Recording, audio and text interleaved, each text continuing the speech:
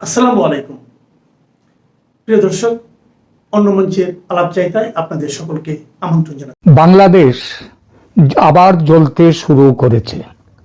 5 আগস্টের যে জ্বলনটা হয়েছিল সেটার নাম যারা এই কাজ করেছিলেন, যারা তারা নিজেদেরকে বলেন বিপ্লবী, তারা বিপ্লব করেছিলেন। সেটা ছিল প্রথম বিপ্লব। এবার সেই অর্থে দ্বিতীয় বিপ্লব বলা যায়, দ্বিতীয় বিপ্লবও বলা যায়, আবার বিপ্লবের হজম না হওয়ার ঢেকুরও বলা যায়। এই ঢেকুরটা কেন উঠছে এই জন্যেই যে আজকে দেখবেন বাংলাদেশকে তো একেবারে শেষ করে ফেলা যায়নি, একেবারে তো ইসলামী রাষ্ট্রে তো পরিণত করা যায়নি। তো সেই ইসলামী রাষ্ট্রে পরিণত করার জন্যে এবার আবার নতুন করে আবার যে দ্বিতীয় ধাপের আন্দোলনটা শুরু হয়ে গেছে এবার, এবং এবারে দেশটাকে পুরো ইসলামী দেশ করে নেয়ার জন্যেই এবার ঠিক সেইভাবে নেমেছে সমস্ত পক্ষ। ইনকিলাব এবারের যে ঘটনাটা ঘটছে তার মূলে কি আছে?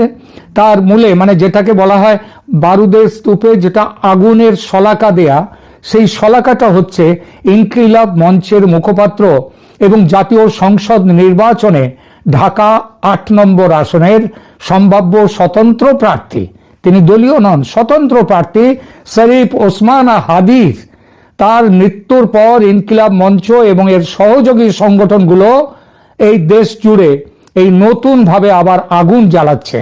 এবং এই আগুনে ইতিমধ্যেই পুড়েছে যে সংগঠনগুলো, বেশ কিছু আওয়ামী লীগের বাড়ি পুড়ছে, অফিস পুড়ছে, ওগুলো তোকে তো ধরে নেওয়া যায় যে ওগুলো ফ্যাসিস্টদের বাড়ি, সুতরাং পোড়ানোর অধিকার এই যারা এখন আছে তাদের আছে।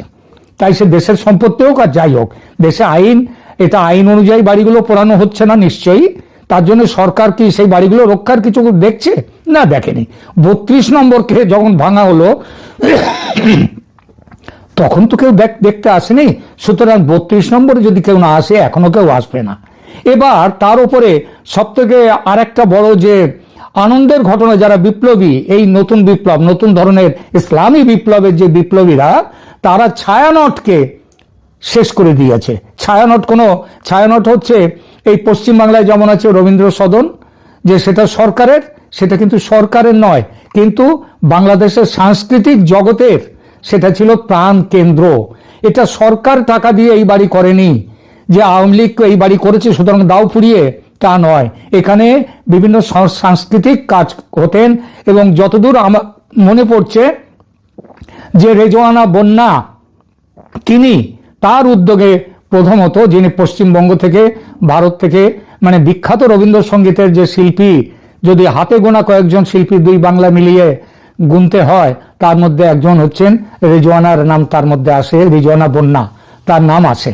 তো তিনি, তার মূলত উদ্যোগ এবং তার প্রধানত তার উদ্যোগে, আমার যতদূর জ্ঞান ভুল হতেও পারে মাফ করবেন, ছায়ানট তৈরি হয়েছিল।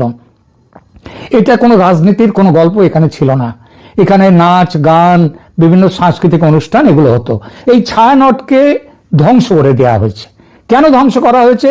কারণ বাংলাদেশের নতুন শাসক হয়ে যারা আসতে চাইছে তারা তো নাচ গানের বিরুদ্ধে, এগুলো ইসলাম সম্মত নয়, সুতরাং নাচ গান চলবে না, মেয়েদেরকে ঘরের মধ্যে বন্ধ করতে হবে। এই তো হচ্ছে এখনকার এই বিপ্লবীদের মূল ধ্যান ধারণা। তো সেই ছায়ানটকে ভেঙে দেওয়া হয়েছে, এবং যেটা আওয়ামী লীগের 15 বছরের ফ্যাসিস্ট আমলেও যেটা হয়নি কোনোদিন, সেটাও এবার হয়েছে। কি দেখুন, ওই যে প্রথম আলো এবং ডেইলি স্টার, তাদের অফিসের সামনে অফিস ভেঙে পুড়িয়ে দেওয়া হয়েছে, এবং সেখানকার কর্মচারীরা প্রাণ ভয়ে তারা পালাতেও পারেনি বাইরে, এবং সেখানে দমকলকে পরে সিঁড়ি লাগিয়ে খুব হাই স্কেলের সিঁড়ি লাগিয়ে তাদেরকে উদ্ধার করতে হয়েছে। আপনাদের হয়তো মনে আছে 2024-এ এই ফ্যাসিস্ট হাসিনাকে হটিয়ে যে গণতান্ত্রিক বিপ্লব হয়েছিল, সেই গণতান্ত্রিক বিপ্লবের ঠিক পরেই প্রথম আলোকে তার মুখ বন্ধ করার জন্য, ডেইলি স্টারের মুখ বন্ধ করার জন্য তাদের অফিসের সামনে গরু জবাই করে বিরিয়ানি রেঁধে ভোজ করা হয়েছিল, মনে আছে? ভাববেন সেই কথাটা। আজকে তাদের সেবার বিরিয়ানি খেয়েছিল তার সামনে, আজকে সে বাড়িতে আগুন লাগিয়ে দেওয়া হয়েছে। সংবাদপত্রের স্বাধীনতা শেখ হাসিনার আমলে ছিল না, এই আমলে কতটা আছে তার একটা বড় প্রমাণ এটা। শুধু এটা নয়, খুলনায় সাংবাদিককে হত্যা করা হয়েছে, এবং এছাড়াও বিভিন্ন জায়গায় সাংবাদিকরা তারা পালিয়ে বেড়াচ্ছেন। সাংবাদিকরা, এই সরকার এসে সংবাদপত্রকে তো একেবারে নিজেদের কি বলবো পকেটে পুরে নিয়েছিলেন, তার বাইরেও যে 2-4 জন সাংবাদিক ওই বিভুরঞ্জন বাবুর মতো যারা ছিলেন তাদেরকে এখন প্রাণ ভয়ে পালাতে হচ্ছে। বিভুরঞ্জন পালাবার সুযোগ পাননি, তার লাশ পাওয়া গিয়েছিল মেঘনায় ভেসে থাকতে। আর এরা পালিয়ে যদি বাঁচতে পারেন তো ভালো, নইলে এদের লাশও কর্ণফুলীতে মেঘনায় সেখানে ভাসতে থাকবে। তো এবারে এই যে মহান বিপ্লব বা বিপ্লবের ঢেকুর যেটাই এবার উঠছে, এর মূল কারণ হচ্ছে শরীফ ওসমান হাদির মৃত্যু। এবং তারপর এই মৃত্যুর পর তার সঙ্গে যেসব যারা আছে, কারা আছে নাম করার মধ্যে তো তারা বিপ্লবী ঐক্য মঞ্চ টঞ্চ কি সব করেছে। তো মূলত এনসিপির নেতাদেরকে তো সামনাসামনি দেখা যাচ্ছে, জামাত পেছনে আছে, খুব বড়ভাবে আছে।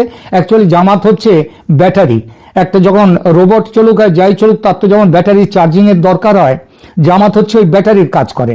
তারা সমস্ত সবাইকে ব্যাটারি দিয়ে রেখে দিয়েছে, এইবার তারা এই হাসনাত, ওই যে সার্জিস, ওরা সেই অনুযায়ী কাজ করে যাচ্ছে। তো গত এরা করেছে কি, এরা যে 15 দফা শরীফ ওসমান হাদির 12ই ডিসেম্বর ঢাকার বিজয়নগরে তিনি গুলিতে নিহত হয়েছিলেন, নিহত নয় আহত হন সেদিন। এবং গতকাল 18ই ডিসেম্বর সিঙ্গাপুর জেনারেল হাসপাতালে চিকিৎসাধীন অবস্থায় তিনি ইন্তেকাল করেন। তার এই মৃত্যুর প্রতিবাদে ইনকিলাব মঞ্চ, জাতীয় নাগরিক পার্টি এরা এবং জুলাই গণ অভ্যুত্থানের পক্ষের বিভিন্ন ছাত্র জনতার সংগঠন একতাবদ্ধ হয়ে বিক্ষোভ শুরু করেছে। এবং শাহবাগে আয়োজিত সমাবেশ থেকে তারা 15 দফা দাবি জানিয়েছেন। এই প্রসঙ্গে একটা কথা বলি, ছাত্র জনতা গত বছর জুলাই আন্দোলনে যারা ছিল তাদের অনেকের ওপরেও এখন আক্রমণ হচ্ছে এবং তারাও প্রাণ ভয়ে পালিয়ে যাচ্ছেন। এনসিপির এক নেত্রী, তাকে তো গলায় দড়ি দিয়ে তিনি আত্মহত্যা করেছেন নাকি তাকে মেরে ঝুলিয়ে দেওয়া হয়েছে, সে বিচার আমি যাচ্ছি না, কারণ সে বিচার করার এখান থেকে তো আমার পক্ষে উপায় নেই। আর বাংলাদেশের এখন যা অবস্থা তাতে ওইসব পোস্টমর্টেম ওইসব অকারণ কাজ করে কেউ সময় নষ্ট করতে চায় না। তা যেটা আমরা শুনতে পাচ্ছি যে তিনি ওই মহিলা নেত্রী এনসিপির, যিনি গত জুলাই আন্দোলনে একটা বড় ভূমিকা নিয়েছিলেন, তিনি নাকি ওই এনসিপি নেতাদের অনেকের দ্বারাই তিনি যৌন নিগ্রহে কিংবা যৌনতার একটা খেলা তার উপর চলছিল, তার জন্য সহ্য করতে না পেরে তিনি আত্মহত্যা করেছেন, অথবা কেউ নিজে বাঁচবার জন্যে তাকে মেরে ফেলে ঝুলিয়ে দিয়েছে। তো এই যে বলা হচ্ছে না ছাত্র জনতা বিপ্লবী, তারা এই সমস্ত একতাবদ্ধ হয়ে বিক্ষোভ শুরু করেছে, একদমই নয়। এবং গত জুলাইতে যারা এই তখনকার বিক্ষোভ আন্দোলনের মধ্যে ছিল তাদের বেশিরভাগই এই আন্দোলন থেকে সরে গেছে। এখন যারা আছে তারা খুব সামান্য একটা অংশ। তো যাই হোক, এই যে এরা এখন গতকাল শাহবাগে আয়োজিত এক সমাবেশ থেকে তারা 15টা দাবি জানিয়েছে। আন্দোলনকারীদের পক্ষ থেকে আনুষ্ঠানিকভাবে যে দাবিগুলো উত্থাপন করা হয়েছে তার মধ্যে উল্লেখযোগ্য এই 15টি দাবি হলো: 1. হাদি হত্যার বিচার, শরীফ ওসমান হাদির হত্যাকারীদের দ্রুত শনাক্ত করে বিশেষ ট্রাইব্যুনালের মাধ্যমে। কেন হে ট্রাইব্যুনাল, কেন দেশে আইন নেই? আর তোমার ট্রাইব্যুনাল তো সেটাও তো হচ্ছে বেআইনি ট্রাইব্যুনাল। তো যাই হোক, এরা চাইছে ট্রাইব্যুনালের মাধ্যমে যেমনভাবে শেখ হাসিনাকে তাকে মৃত্যুদণ্ড দেওয়া হয়েছে তেমনি তাদেরকেও মৃত্যুদণ্ড দিতে হবে। কিন্তু তুই ধরতেও তো পারলে না এখনো কাউকে, কিন্তু ধরতে পারেনি সেটা কথা নয়। তাদের বক্তব্য হচ্ছে এই যে মৃত্যুটা ঘটেছে, মানে মৃত্যু বলবো না, এই যে হত্যা করার চেষ্টাটা হয়েছিল এবং পরে হাদি যে মারা যান, এই ঘাতকরা হচ্ছে আওয়ামী লীগের এবং ভারতের। আওয়ামী লীগ মানেই তো ভারত, সুতরাং এদের, অতএব শাস্তি দিতে হবে আওয়ামী লীগকে। আজকে ওই জন্য আওয়ামী লীগের অনেকগুলো বাড়ি পুড়িয়ে দেওয়া হয়েছে, আওয়ামী লীগের অফিস পুড়িয়ে দেওয়া হয়েছে। দ্বিতীয় দাবি, স্বরাষ্ট্র উপদেষ্টার পদত্যাগ। কেন? সেখানে বলছে জুলাই পরবর্তী সময়ে বিপ্লবীদের নিরাপত্তা দিতে ব্যর্থ হওয়ায় বর্তমান স্বরাষ্ট্র উপদেষ্টার পদত্যাগ দাবি করা হয়েছে। মানে জুলাই পরবর্তী সময়ে খুন হয়েছে বিপ্লবীরা বেশি নয়, জুলাই পরবর্তী সময়ে খুন হয়েছে আসলে সাধারণ মানুষ, আওয়ামী লীগ। তোমরা এরা ক্ষমতায় এসে তো আওয়ামী লীগ আর সাধারণ মানুষদের যাদেরকে শত্রু ভেবেছে তাদেরকে খুন করেছে। বিপ্লবীরা তো খুন হয়নি, বিপ্লবীরা খুন করেছে। তো এই বিপ্লবীদের নাকি সাধারণ মানুষকে নিরাপত্তা নয় কিংবা অন্য কোনো সাধারণ জনতার নিরাপত্তা নয়, বিপ্লবীদের নিরাপত্তা কেন দিতে পারোনি? তার জন্যই স্বরাষ্ট্র উপদেষ্টার পদত্যাগ চাই। 3 নম্বর দাবি, আওয়ামী লীগকে নিষিদ্ধ করতে হবে। আওয়ামী লীগকে এখন অস্থায়ীভাবে বোধহয় নিষিদ্ধ আছে, তার কাজকর্ম বন্ধ করা আছে। এবার অস্থায়ী নয়, 3 নম্বর দাবি হচ্ছে ফ্যাসিবাদী কর্মকাণ্ড ও হত্যার রাজনীতির দায়ে আওয়ামী লীগ ও তার সমস্ত অঙ্গ সংগঠনগুলোকে, বিশেষ করে ছাত্রলীগকে স্থায়ীভাবে নিষিদ্ধ করতে হবে, তাদের যেন আর কোনোদিন আলোর মুখ না দেখতে পায়। কি চমৎকার দাবি বলুন! এবং দেখবেন এসব দাবি মেনে নেবে ইউনূস সরকার। 4 নম্বর, এবারের এইটা হচ্ছে বাংলাদেশের ভেতরের ব্যাপার, আমি ওগুলো নিয়ে কথা বলছি না, কিন্তু এবারের দাবিটা কি? 4র্থ দাবি হচ্ছে ভারতীয় রাষ্ট্রদূতকে বহিষ্কার করতে হবে। বাংলাদেশে ভারতীয় আধিপত্যবাদ এবং গোয়েন্দা তৎপরতার প্রতিবাদে ভারতীয় রাষ্ট্রদূতকে বহিষ্কার করতে হবে। বাংলাদেশে ভারতের রাষ্ট্রদূত থাকবে না। যারা এই দাবি করছে তারা এই কথাটা মনে রাখে না যে ভারত যদি পুরো হাত তুলে নেয়, একেবারে যদি ওদেরকে একদম এই ঘেরাটোপের মধ্যে আটকে দিয়ে দেয়, বেরোবার জায়গা পাবে না এই বাংলাদেশের বিপ্লবীরা, এবং তাদের খাবার জুটবে না। কারণ তাদের নিজেদের দেশে যে খাবার হয় সেই খাবারে তাদের বছরে 6 মাসের খাবারও তাদের হয় না, তাদেরকে ভারত থেকেই নিয়ে যেতে হয়। এদের কি বলে? বেঈমান। এদেরকেই বলে বিশ্বাসঘাতক। এরা বলে, আবার কি বলে জানেন? এবার তো বলছে বহিষ্কার। এরা বলে যে ওরা নাকি খাবার না কিনলে, ওরা যদি জিনিসপত্র না কেনে, ভারতের খাবার দাবার না কেনে, ভারত ওগুলো বিক্রি করতে পারবে না, ভারত নিজের স্বার্থেই নাকি দেয়। ওরে বাবা, ক্রেতা এবং বিক্রেতার সম্পর্কটা কি? ক্রেতা দোকানে গিয়ে বলে, কিংবা দোকানে না গিয়ে কোনো অনলাইনে অর্ডার দিয়ে দেয়, আমার এই জিনিসগুলো চাই, তখনই বিক্রেতা দিতে আসে। অর্থাৎ ইনিশিয়েটিভটা নেয় কে? কেনা বেচার যে কিনবে সে। তো তোদের যদি এতই ভারতের উপরে রাগ থাকে, তোরা বলে দে না আমরা ভারতের জিনিস নেব না, ভারতের জিনিস খাবো না, ভারতের জিনিস পরবো না। এই যে তোদের এত বড় পোশাক কারখানা, পোশাক শিল্প, তার তুলোগুলো কোত্থেকে যায়? এই ভারত থেকে যায়। তুই বেঈমানগুলো জানেও না। এরা এরা এরা কি বলবো, এরা অজ্ঞান, এদের বাটপাড়িতে এদের জন্ম, এবং বাটপাড়ির ফলে এরা জানে না কিছু। 5 নম্বর কথা বলি, এরা বলেছে খুনিদের ছেড়ে দিতে হবে ভারতকে। কারা? না, শেখ হাসিনা সমেত অন্য যে সমস্ত আওয়ামী লীগ নেতারা ভারতে পালিয়ে গিয়ে আছে, তাদের বাংলাদেশে ফেরত না দেওয়া পর্যন্ত ভারতের সাথে সমস্ত কূটনৈতিক সম্পর্ক বন্ধ করে রাখতে হবে। শুধু কূটনৈতিক সম্পর্ক কেন, বল না কেন, যে সমস্ত রকম ব্যবসায়িক সম্পর্ক বন্ধ রাখতে হবে। আমরা ভারতের খাদ্য নেব না, ভারতের পোশাক পরব, ভারতের থেকে কোনো জিনিস নিয়ে আসবো না আমাদের দেশে, বল না কেন। ক্ষমতা আছে। সব ভোরবেলা ঘুম থেকে উঠে রাত্রে শুতে যাওয়া পর্যন্ত কিভাবে চলে, সেই জিনিসগুলো কোত্থেকে আসে একবার খেয়াল করে দেখো বাছাধনরা, তারপরে এইসব কথা বলো। খুনিদের প্রত্যাপন করতে হবে। শেখ হাসিনা বিচারে তার যে শাস্তি হয়েছে, সেটা কাদের বিচার? সেটা এই মূর্খ কাজীদের, বদমাস কাজীদের বিচার। একদিন আসবে, এসবগুলো পরে আবার দেখা যাবে। এবার আসি পরবর্তীতে বিপ্লবীদের নিরাপত্তা। এটা তো প্রথমেই ওই যে বলা হয়েছে না, যে স্বরাষ্ট্র উপদেষ্টা তার পদত্যাগ চাই। এবার সেইটারই আরেকটা অংশ আলাদা করে বলা হয়েছে, জুলাই গণ অভ্যুত্থানের সমস্ত যোদ্ধাদের রাষ্ট্রীয়ভাবে নিরাপত্তা প্রদান করার কথা বলা হয়নি, বলা হয়েছে প্রথম সারির যোদ্ধাদের রাষ্ট্রীয়ভাবে নিরাপত্তা প্রদান। এটা আপনারা খেয়াল করবেন। এরা যদি বলতো জুলাই গণ অভ্যুত্থানের সঙ্গে যারা যুক্ত তাদের সবার নিরাপত্তা ব্যবস্থা করতে হবে রাষ্ট্রকে, আমি তাও মানতাম। কিন্তু এরা বলছে কি প্রথম সারির যোদ্ধাদের রাষ্ট্রীয়ভাবে নিরাপত্তা দিতে হবে, বাকিরা ভেসে যাক না, তারা বাঁচুক মরুক তাতে কি যায় আসে। এরাই কয়েকজন তো এখন যা ঘি মধু খাবার এরাই তো খাচ্ছে। এরপরে হচ্ছে কি হাদিকে জাতীয় বীর ঘোষণা। শরীফ ওসমান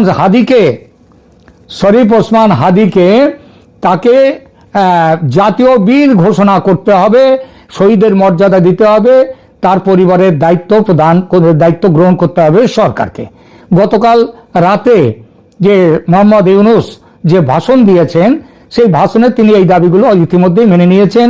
রাষ্ট্রীয় শোক ঘোষণা করা হয়েছে, যে একটা দিন রাষ্ট্রীয় শোক ঘোষণা হবে শহীদ হাদির মৃত্যুকে জাতীয় বীর এবং তার একে জাতীয় শোক পালন করা হবে, এবং তার পরিবারের দায়িত্ব গ্রহণও সেটাও ঠিক হয়ে গেছে।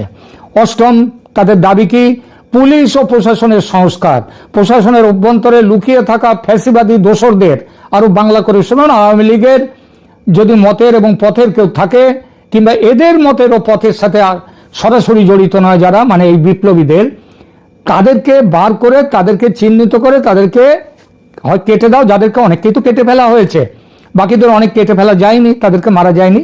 তো যারা মারা না গেছে তাদেরকে তো বলা যায় না যে এদেরকে মেরে ফেলো, তাদের ব্যবস্থা নিতে হবে এবং তাদেরকে চাকরি থেকে হটিয়ে দিয়ে না খেয়ে মেরে ফেলার ব্যবস্থা করতে হবে। এটা অষ্টম দাবি।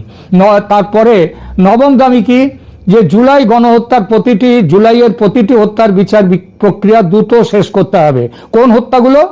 যেগুলো এরা পুলিশের ঘাড়ে চাপায়, আওয়ামী লীগের ঘাড়ে চাপায়, ছাত্রলীগের ঘাড়ে চাপায়, সেই হত্যাগুলোর। এরা যে হত্যাগুলো করেছে সেগুলোর ব্যাপারে নয়। এরা যে হত্যা করেছে সেটা তো এর আগের যিনি স্বরাষ্ট্র উপদেষ্টা ছিলেন তিনি ওইটা বলার ফলে তো তার চাকরি চলে গিয়েছিল, মনে আছে? তাকে সেই দপ্তর থেকে সরিয়ে একটি ফালতু দপ্তরে তাকে দিয়ে দেওয়া হয়। এরপরে 10 নম্বর দাবিটা হচ্ছে ভারতের সাথে যেসব চুক্তি আছে সেই সব অসম চুক্তি বাতিল করতে হবে। দেশের স্বার্থবিরোধী সকল দ্বিপাক্ষিক চুক্তি পুনর্মূল্যায়ন বা বাতিল। গত 16 মাস তো হয়ে গেছে বোধহয়, হ্যাঁ 16 মাস তো হয়ে গেছে, 17 মাস। এর মধ্যে কটা চুক্তির পুনর্মূল্যায়ন হয়েছে? ওই যে বলা হয় আদানি এসে নাকি লুটে নিয়ে যাচ্ছে তাদের টাকা। আদানি বলেছিল তো বন্ধ করে দেবো, কেন পায়ে ধরে আবার চালু করে দেয় কেন? কিসের জন্যে? উপায় নেই রে ভাই পাঁচু, ওখানে নেমে এখানে কাজ করতে গেলে ভারতের থেকে না পেলে তোমাদের দিন চলবে না খোকন। এরপরে আজ অব্দি তো একটা চুক্তি তোমরা বাতিল করতে পেরেছো কিংবা পুনর্বিচার করতে পেরেছো? পারোনি। এরপরে বরং উল্টে ভারত কিছু জায়গায় যে সমস্ত চুক্তি অনুসারে রেল লাইন সম্প্রসারণ ইত্যাদি কাজ করছিল সেই কাজগুলো ভারত বন্ধ করে দিয়েছে নিজেদের থেকে। এরপরে সীমান্ত হত্যা বন্ধ, সীমান্তে বিএসএফ কর্তৃক বাংলাদেশি নাগরিক হত্যা বন্ধে কার্যকর পদক্ষেপ নেওয়া। এবার বিএসএফকে ভারত সরকারও বলে দিয়েছে ওখান থেকে বিনা অনুমতিতে অনুপ্রবেশ করতে গেলে তাদেরকে আর বাঁচিয়ে রাখা হবে না, কেটে দেওয়া হবে, গুলি করা হবে খোকন।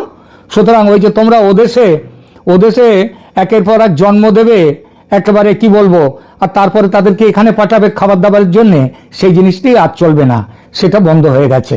তোমরা যে দাবি নাও, আর বেশি বদমাইশি করতে গেলে, বাঁদরামি করতে গেলে ভারত ভেতরে ঢুকে যাবে। ভারত সেটা ঠিক করে ফেলেছে।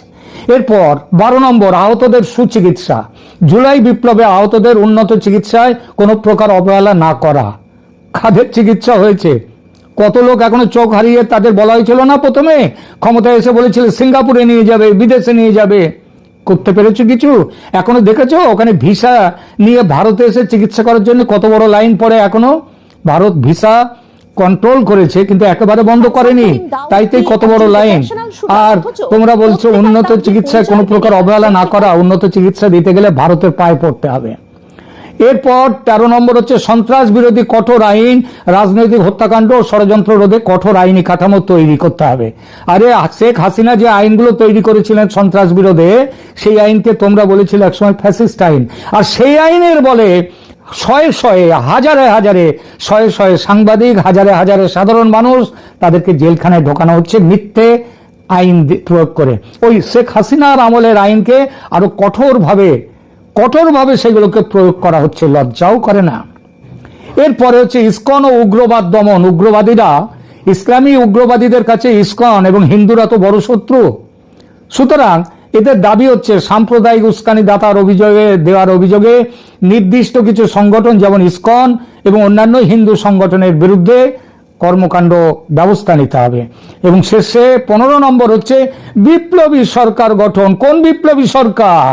এটা কোনো রেভলিউশনারি হচ্ছে ইসলামী বিপ্লবী সরকার, যে সরকার করবার জন্য তোমরা এই কাজ করেছো, গত বছর যা করেছো আন্তর্জাতিক ষড়যন্ত্রে, সেইটা। এখন আজ 19শে ডিসেম্বর জুমার নামাজের পর, আজ তো শুক্রবার, রাজধানীর শাহবাগ, ঢাকা বিশ্ববিদ্যালয় এলাকা এবং সারা দেশে ইনকিলাব মঞ্চ ও জাতীয় নাগরিক পার্টির ব্যানারে বিক্ষোভ মিছিল পালিত হচ্ছে।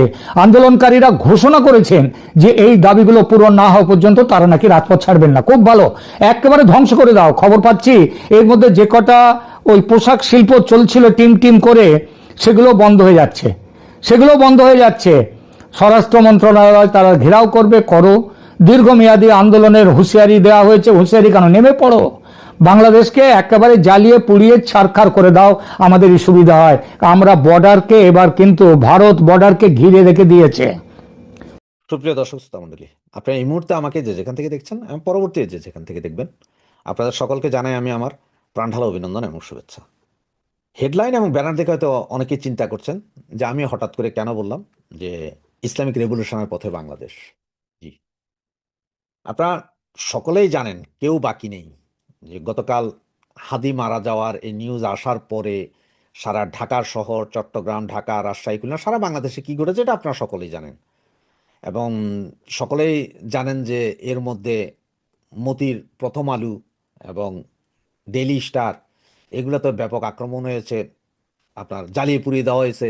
সেনাবাহিনী যাওয়ার পর সেনাবাহিনী সেখানে জনগণের কাছে পায়ে ধরা মাপ চাইয়া 20 মিনিটের সময় নিয়ে যারা উপরে ছিলেন তাদেরকে রক্ষা করতে গেছেন। আজকে এখন আবার বিভিন্ন সাংবাদিক আইসা মুখে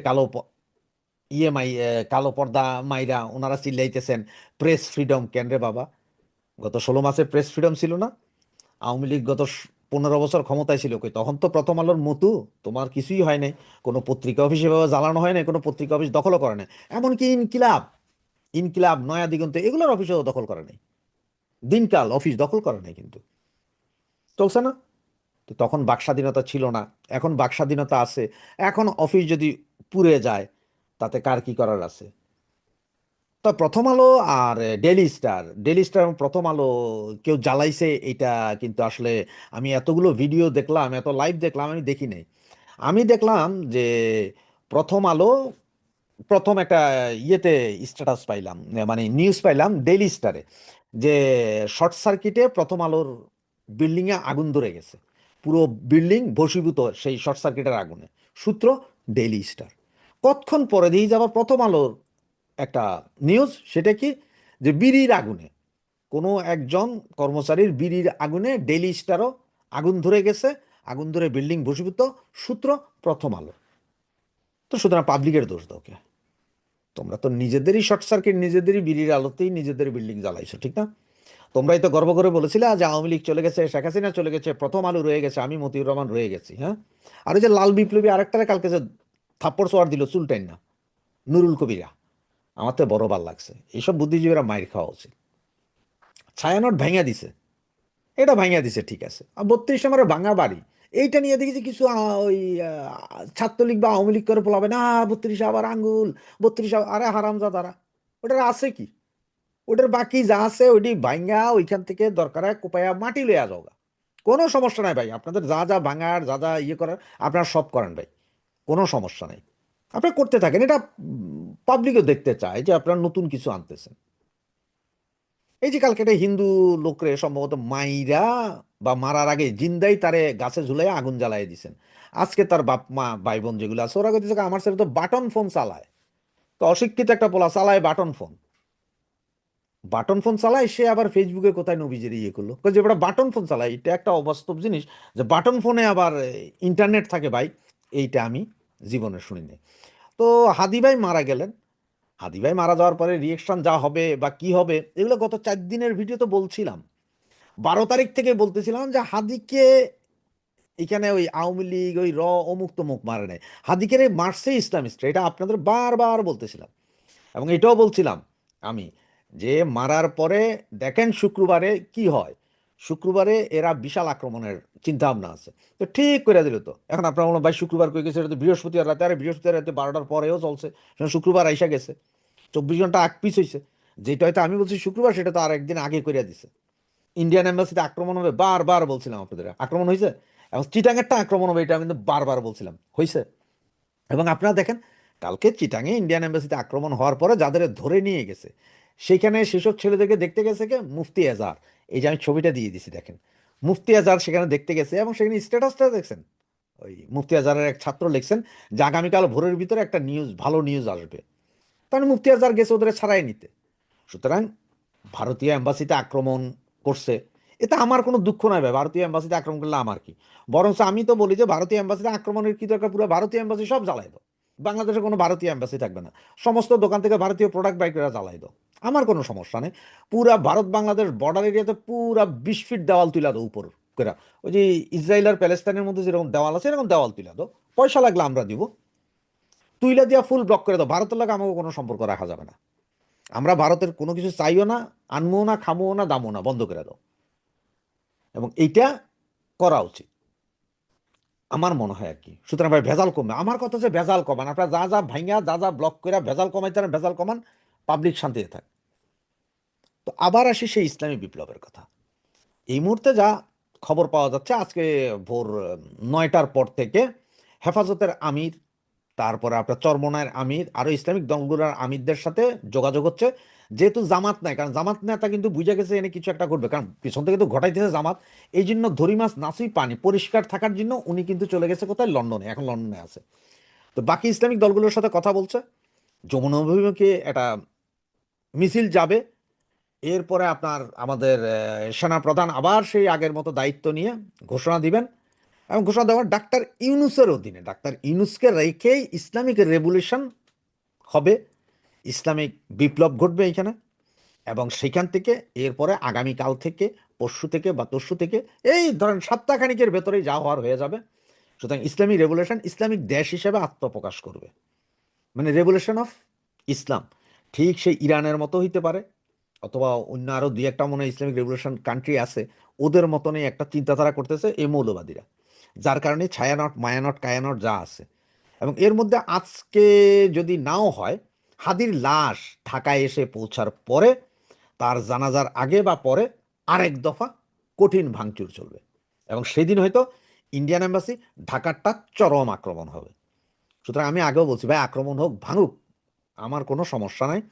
যেমন ভারতীয়দের, এখন আমি গতকালকে ভিডিওতে বলছিলাম, সমস্ত ভারতীয়দের লিস্ট অলরেডি মৌলবাদীদের কাছে আছে, কে কোথায় কি খান, কি চাকরি করেন, কোন দোকানে যান, কোথায় যায় চা খান, ভারতীয়রা আপনাদের সবাই জানে। সুতরাং একটা একটা করে এখন কাহিনী করা হবে। আর গতকাল মাহফুজ ঘোষণাই দিয়েছে, আপনারা দেখছেন, যে আওয়ামী লীগ যেখানে পাও, মাহফুজ সহ বাকিরা সবাই, যেখানে আওয়ামী লীগ পাও সেখানে হত্যা করো, লাশের বদলে আমরা লাশ নেব। উনি কিন্তু লাশ নিতে যাচ্ছেন, তার মানে বুঝছেন তো ইসলামিক রেভলিউশন কিন্তু এইটা, যে হাজার হাজার লাশ পড়তে হবে রাস্তায়। সুতরাং আওয়ামী লীগ নেতাকর্মীদের লাশ রাস্তায় ফালাইতে হবে, না হলে ইসলামিক রেভলিউশন হবে না। সুতরাং মৌলবাদীরা লাশ ফেলবে, ইসলামিক রেভলিউশনের পথেই বাংলাদেশ এগিয়ে যাচ্ছে। সুতরাং সময় যা ছিল হাত থেকে সব বেরিয়ে গেছে।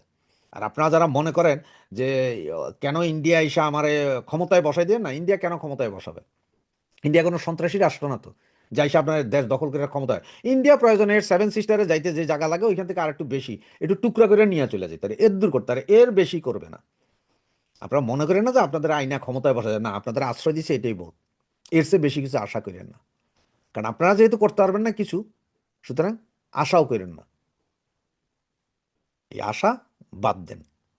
আপনারা যেহেতু কিছু করতে পারবেন না, গড্ডালিকা প্রবাহে গা ভাসান, যেমন গত 15 বছর ভাসাইছিলেন। মৌলবাদীদের উত্থান দেখেছিলেন, 1.5 লক্ষ মাদ্রাসা খোলার চান্স দিয়েছিলেন, বাংলাদেশে বড় বড় ওয়াজ মাহফিল করে সেটা ডোনার যেহেতু আপনারাই ছিলেন, এখন আর কি সেটা আপনারাই আনছেন। এই যে ইসলামী বিপ্লব বলেন আর ইসলামের ঝান্ডা বলেন, এটা তো আপনারাই আনছেন। সুতরাং এটা মানিয়া লইয়া, রিয়েলিটি মানিয়া লইয়া, তাদের সাথে একত্রীভূত হইয়া আপনারা আগায়া যান। কারণ আজকে আপনাদের কারণেই দেশের এই অবস্থা। যতই বলেন যে জঙ্গি মঙ্গি, এগুলো সব উৎপাদন কিন্তু আপনারা করছেন, আপনাদের বাইরে কেউ হয় নাই। বাকি আরও কিছু বললে হয়তো আপনাদের এখন লুঙ্গি খুলে যাবে, অনেকে গালাগালি শুরু করবে। কারণ হচ্ছে যে আপনারা তো আবার নিজেদের ব্যাপারে কোনো কিছু শুনতে রাজি না, মানে আপনাদের যে ভুল আছে এইটা আপনারা শুনতে রাজি নাই। এটা আজকে আপনাদের কারণেই এই অবস্থা। কেউ যদি বলেন যে না ভাই আমাদের কারণে না, তাহলে আমি বলবো 560টা মসজিদ কেন করছিলেন? এই যে কওমিদেরকে স্বীকৃতি কেন দিছিলেন? হাজার হাজার মাদ্রাসা খোলার অনুমতি কেন দিছিলেন? বড় বড় ওয়াজ মাহফিল, ওই তাহেরি মাহিরেদের আইনে ওয়াজ মাহফিলের ডোনার কারা ছিল? আপনারা। সভাপতি কারা ছিলেন? আপনারা। ওখানে না ওয়াজ মাহফিলের, সে তো আপনারাই করছেন। এখন স্বীকার করবেন না কেন? বাংলাদেশের মানুষের কোনো টেনশন নেই, বাংলাদেশের মানুষের টেনশন একটা, যে একটু শান্তিতে থাকতে চাই। এবার সেটা ইসলামী বিপ্লব হোক, ইসলামিক দেশ হোক, আর ওই ইহুদির দেশ হোক, তাতে কারো মাথা ব্যথা নাই, তাতে ওনাদের কারো মাথা ব্যথা নাই, বাঙালির মাথা ব্যথা নেই। বাঙালি চুপচাপ তো কইরা যান আপনারা যা ইচ্ছা। সুতরাং এই মৌলবাদীরাও বুঝা গেছে এটা, যতই কাউ কাউ রাও রাও করেন কোনো কাজ হবে না। ওনারা ইসলামিক রাষ্ট্রই ঘোষণা করতে চলছে আগামী 1 সপ্তাহের ভিতরে।